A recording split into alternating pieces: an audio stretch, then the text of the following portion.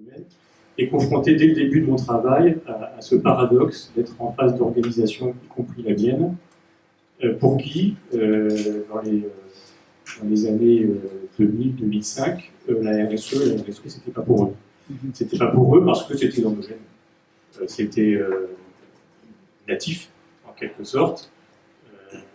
Des organisations qui avaient du mal à comprendre de quoi on parlait parce que les finalités, ok, nous on est dans l'intérêt général depuis toujours, c'est notre raison d'être. La gouvernance démocratique, c'est dans nos statuts. Les solidarités, c'est au cœur de notre action. L'innovation sociale, c'est notre job quotidien. Et finalement, la difficulté à faire comprendre que, certes, il y avait ces prédispositions très favorables qui pouvaient rendre l'économie sociale et solidaire précurseur, d'une certaine façon, sur ces sujets, mais également des trous dans la raquette, avec ce que je désignais à l'époque un peu comme un double syndrome, celui de M. Jourdain, donc le fait que la RSE sans le savoir depuis toujours, donc c'est pas vraiment pour moi, on va peut-être remettre un peu de mots, remarqueter tout ça, et ça fera l'affaire.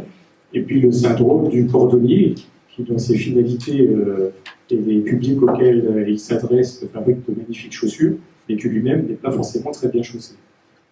Et donc les questions posées étaient, et le sont encore pour un certain nombre d'organisations, me semble-t-il, la gouvernance très bien, mais qu'en est-il entre les textes, les statuts et la réalité vécue? Il y a des interrogations.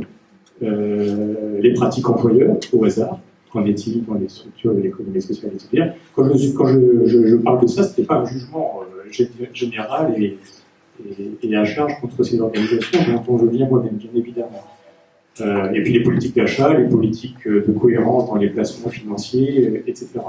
Et donc finalement, cet outil, je pense, parce que pour moi c'est un outil, c'était avant tout un guide de questionnement, est une occasion formidable de réinterroger des pratiques et de reconfirmer, si besoin était, la plus-value de ces organisations.